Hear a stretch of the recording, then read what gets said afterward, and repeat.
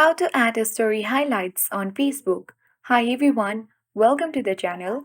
This is Rose and without further ado, let's dive right into the video. Open the Facebook app. Log into your account. Tap three-line icon at top right corner. Go to your profile by tapping your name. Tap three dots at bottom right next to Advertise. From this profile settings, select Archive. From top left, select Story Archive to see all your past stories.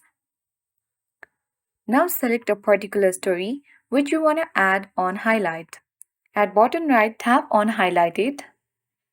Now select New or you can select to any existing highlights.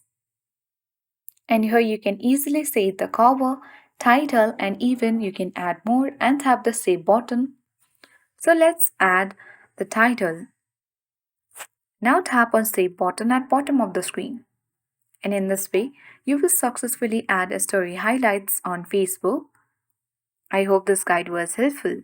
If it was, then do like, share, comment and don't forget to subscribe. Thank you for watching and see you in the next video.